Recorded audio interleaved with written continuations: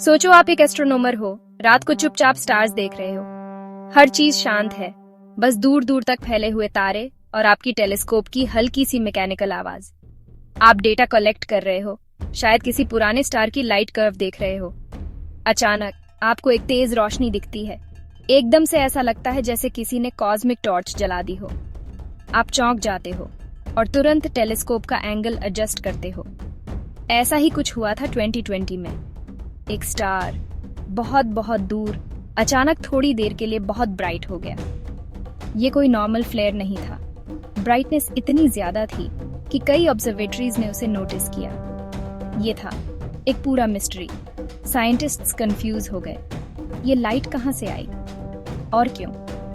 पहले तो साइंटिस्ट्स को लगा कि उन्हें समझ आ गया। उन्होंने गैस किया कि एक रेड जायंट स्टार ने एक प्लैनेट को निगल लिया जो उसके बहुत ज्यादा पास आ गया था। जैसे ही प्लैनेट स्टार के अंदर गया, एनर्जी रिलीज हुई और वो चमक हमें दिखी। रेड जायंट्स होते हैं बहुत बड़े फूले हुए स्टार्स। ये अपने जीवन के आखिरी पड़ाव में होते हैं जब उनका कोर श्रिंक करता है और आउटर लेयर्स फैल जाती हैं। और मानो या ना मानो, हमारा सन भी एक दिन ऐसा ही बन जाएगा।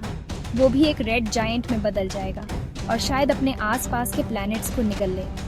लेकिन चिंता मत करो, वो अभी बिलियंस ऑफ ईयर्स बाद की बात है। तब तक हम या तो कहीं और होंगे या फिर हमारी कहानियां ही रह जाएंगी। तो रेड जायंट्स के पास अक्सर प्लैनेट्स होते हैं जो उनके चारों ओर घूमते रहते हैं, और कभी कभी ये प्लैनेट्स स्टार के और ज्यादा पास खींचे चले जाते हैं। बात यह है कि स्टार की ग्रेविटी बहुत स्ट्रांग होती है। साइंटिस्ट्स ने सोचा, हाँ यही हुआ होगा। एक प्लैनेट बहुत पास आ गया और बस फट से स्टार की आग में गायब हो गया। लेकिन कुछ बात ठीक नहीं लग रही थी। जिस तरह स्टार ब्राइट हुआ वो थोड़ा अजीब था, वैसा नहीं जैसा उन्हें देखने की उम्मीद थी। अच्छी बात यह है कि साइंटिस्ट्स के पास अब एक नया जबरदस्त टूल है, जेम्स वेब स्पेस टेलीस्कोप या छोटे में JWST। ये टेलीस्कोप स्पेस एक्सप्लोरेशन की दुनिया में एक बहुत बड़ा कदम है और इसकी कैपेबिलिटीज वाकई में माइंड ब्लोइंग है। ये एक तरह का सुपर टेलीस्कोप है जो स्पेस में तैर रहा है, और ये कोई आम टेलीस्कोप नहीं है। इसे खास तौर पर डीप स्पेस की सबसे फेंट और दूर की चीजों को डिटेक्ट करने के लिए डिजाइन किया गया है। और JWST वो चीजें देख सकता है जो दूसरे टेलीस्कोप्स नहीं देख सकते।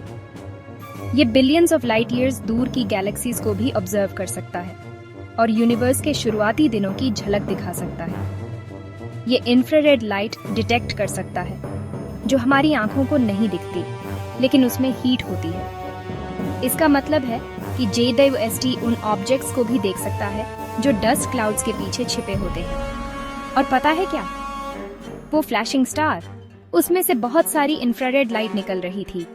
ये इंफ्रारेड ग्लो हमें उस स्टार के बिहेवियर के बारे में बहुत कुछ बता सकता है। JWST ने कुछ कमाल की चीज दिखाई। उसकी इमेजेस इतनी डिटेल थीं कि साइंटिस्ट को कुछ ऐसा दिखा जो पहले कभी नहीं देखा गया था। सिर्फ स्टार ही ग्लो नहीं कर रहा था, उसके चारों ओर हॉट डस्ट और गैस का एक बड़ा घूमता हुआ क्लाउड था। ये डस्ट और गैस शायद किसी बहुत बड़े कॉस्मिक इवेंट का नतीजा था। ये एक बहुत बड़ा क्लू था। ऐसा लग रहा था जैसे किसी प्लैनेट के साथ कुछ बहुत ड्रामेटिक हुआ हो। इसका मतलब था कि प्लैनेट के निगलने से कहीं ज्यादा बड़ा कुछ हुआ था, शायद कोई टक्कर या कोई और वायलेंट घटना, और JWST ने हमें इसका सबूत दिखाया।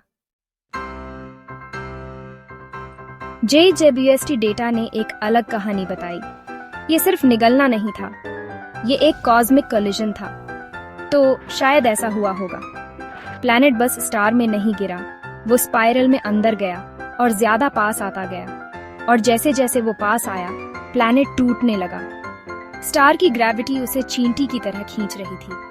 आखिरकार प्लैनेट बड़ी तेजी से स्टार से टकरा गया। इस क्रैश से एक बहुत बड़ा एक्सप्लोजन हुआ और शॉक वेव्स निकले। हर तरफ डस्ट और गैस फैल गया, जैसे एक जायंट स्पेस वोल्केनो। ये डिस्कवरी बहुत बड़ी बात थी। एक ऐसा कॉस्मिक इवेंट जो लाइट ईयर्स दूर हुआ, लेकिन जिसकी गूंज हमें आज भी सुनाई देती है। ये हमें यूनिवर्स की गहराई और उसकी डायनामिक नेचर के बारे में बताता है।